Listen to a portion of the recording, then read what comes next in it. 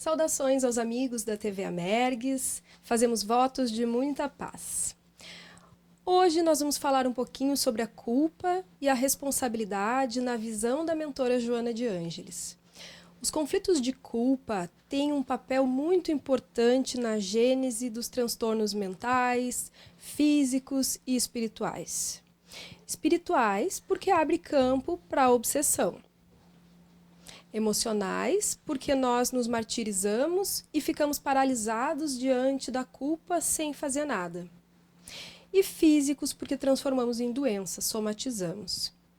E algumas pessoas costumam dizer que acham que bandido não sente culpa, não sofre com a culpa e aí não tem esse tipo de transtorno. E eu escuto coisas do tipo assim, a gente está sempre se esforçando, tentando melhorar e sofremos com um monte de culpa, e os criminosos que fazem um monte de coisa não sentem culpa e ficam tranquilos com as suas ações ignóbeis, vamos dizer assim.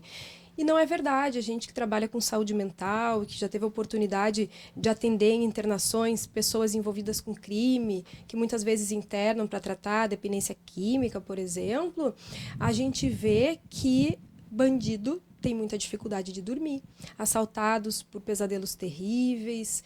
Então, o nosso inconsciente tem uma instância moral que nos cobra aquelas coisas atos que nós praticamos e que estão em desacordo com a harmonia universal, vamos dizer assim, ficam inscritos na nossa consciência profunda e vêm nos cobrar através dos sintomas, sejam de ordem emocional, sejam de ordem física. Quantas substâncias para dormir, para aplacar a dor emocional, para trazer alegria, para trazer prazer, para tentar tirar do tédio, do vazio existencial. A nova proposta psicoterapêutica é não se culpar. Diferente disso, se responsabilizar. Porque nos culpando, nós paralisamos e acabamos por não tomar a atitude correta de reparar a dificuldade que com que nós tenhamos lidado. E nos responsabilizando, a gente vai ter uma atitude mais madura diante do fato. Não se evadir afirmando não tenho culpa e nem se punir, assumindo a responsabilidade e trabalhando na reparação. Responsável, eu me reabilito. Culpado, eu apenas me autopuno.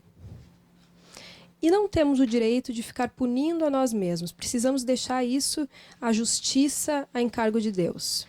O espírito Joana de Ângeles, na sua série psicológica, que são aquela série de livros sobre psicologia profunda, coloca que nós precisamos decidir ser felizes.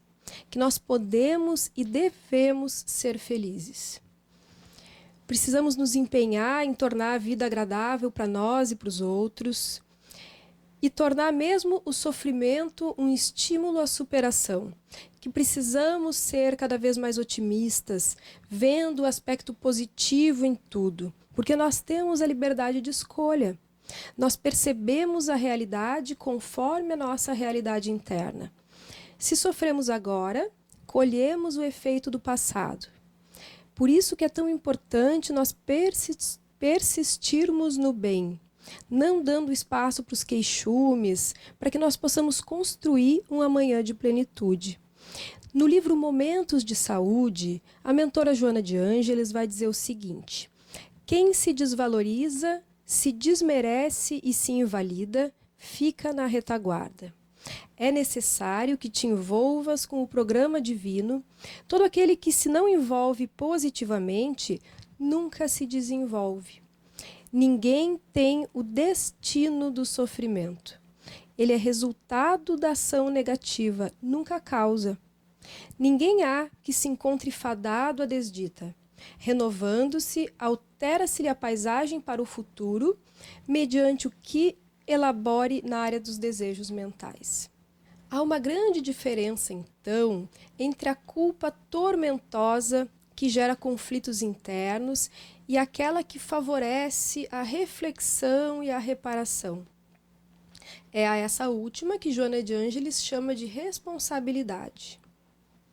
A culpa é infantil, é um mecanismo para não crescer, para não evoluir. A gente fica se culpando e não muda. A responsabilidade assume o erro, reconhece, se importa e se compromete a não fazer de novo. Dentre muitos exemplos lindos que a história nos traz, nós temos o Paulo de Tarso, que depois de se dar conta dos seus equívocos, de ter levado à morte diversas pessoas, inclusive a Estevão, no momento em que ele se dá conta dos seus erros, ele muda e passa a atuar no bem. Ele não fica preso no queixume, se martirizando por ter feito tudo errado, porque se ele fizesse isso, provavelmente ele teria ficado estagnado e levaria muito mais tempo para crescer espiritualmente. Então nós temos aí um exemplo muito bonito de quem assume a responsabilidade e trabalha no bem, pela reparação, né, e modifica completamente a sua caminhada. E aí a gente tem a frase de Jesus: tampouco eu te acusarei, vá e não peques mais. Né? Como se ele dissesse assim: ame-se e perdoe-se, mas não repita o erro. No livro O Ser Consciente. Tem uma frase muito bonita da mentora Joana que diz assim: o ser consciente não se julga e nem se justifica, não se acusa e nem se culpa, apenas se descobre. É diferente de simplificar, de diminuir a gravidade do ato infeliz de uma maneira irresponsável. Isso seria aquele desculpismo, mas sendo honesto consigo mesmo, evitando a autojustificação, evitando a transferência de responsabilidade, a indiferença ante o acontecimento, porque muitas vezes a gente se culpa pelo que não devia e não se culpa pelo que devia se culpar. Então, às vezes, a gente foge daquilo que nós precisaríamos nos responsabilizar. Eu lembro de um colega que atendia uma pessoa ligada ao tráfico de drogas. E aí, essa pessoa teve algumas experiências de se colocar perante um juiz e mentir. Paralelo a isso, quando essa pessoa buscava, por exemplo, fazer entrevistas de emprego e falar coisas assim, coisas verdadeiras, essa pessoa sempre se sentia como se estivesse mentindo e não entendia por quê. E aí, em sessão, ela foi podendo se dar conta que, ok, ela não estava mentindo naquelas outras situações, mas tinha uma situação onde ela mentia bastante. Então, o nosso inconsciente, ele nos cobra, nos traz essas questões morais que, se por um lado parece que a gente está fazendo e não se importa, né, e não assume a gravidade do erro, em outro local aquilo vai aparecer, e às vezes aparece através de um determinado sintoma. Tinha um paciente do Jung que sofria de uma neurose obsessiva e depois, em análise, pôde ser visto o quanto, na verdade, ele acabava extorquindo a namorada, fazia várias viagens às custas dela, não se sentia culpado de estar explorando a namorada, mas aí fazia sintomas obsessivos. Então, o que será que causa os nossos sintomas? Os nossos sintomas obsessivos, os nossos sintomas depressivos, os nossos sintomas ansiosos. É muito importante que nós possamos olhar para o sintoma como também um caminho que nos leva para dentro, que nos leva a olhar para as nossas questões em busca de uma superação, em busca de lidar de uma outra maneira. Por trás da culpa, nós temos o excesso de cobrança familiar, que nós nunca vamos corresponder totalmente, aliás, não vamos corresponder totalmente à expectativa de ninguém. Francisco de Assis, por exemplo, teve que frustrar o pai dele, que era um comerciante, que esperava que o filho fosse comerciante também. E assim a gente tem tantos exemplos, o próprio Mestre Jesus. Então, aquele excesso de cobrança familiar e a pessoa tentando dar conta de uma expectativa alheia pode gerar conflitos de culpa. A onipotência, aquele sentimento de que eu sou o pior do mundo. O desamor, falta de amor próprio, se sentir não merecedor das coisas boas da vida, uma baixa autoestima também tem relação com a culpa. O desamor, o orgulho.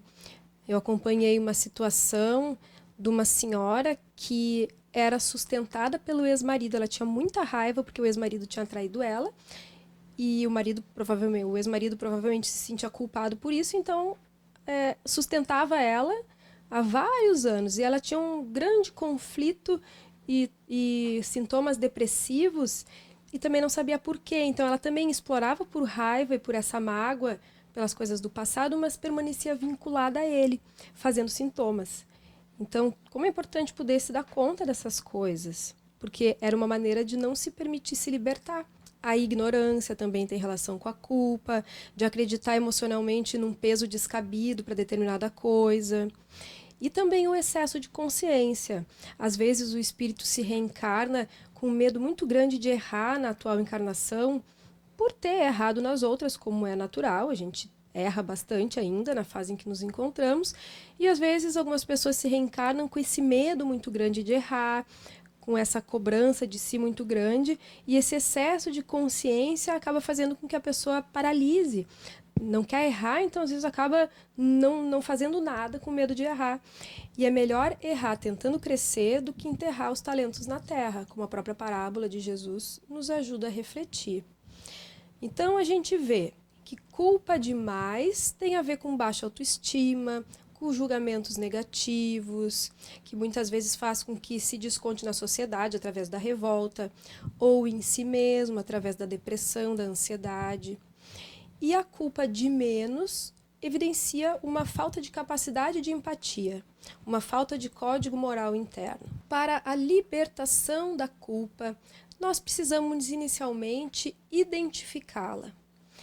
E também é necessário o auto-perdão, com o entendimento do erro, sem a punição e nem a justificação doentia. Depois, é importante a reabilitação, enfrentando as consequências do ato infeliz praticado. É importante dizer que o auto-perdão não anula a responsabilidade do feito perturbador. A responsabilidade permite reconhecer a própria fragilidade do ego e aceitar também os demais. Perdoar não é anuir com o erro. É compreender a sua dimensão exata e os comportamentos necessários para o retorno à harmonia.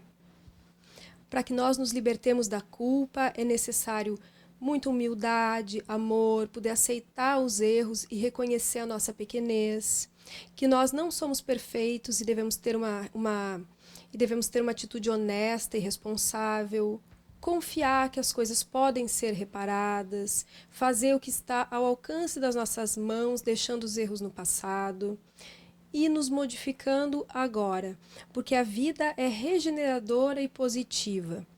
A gente pode apostar em algo novo, porque recordar e lamentar não apaga o erro, mas mudar no agora e poder praticar novas ações nos ajuda a construir um amanhã melhor.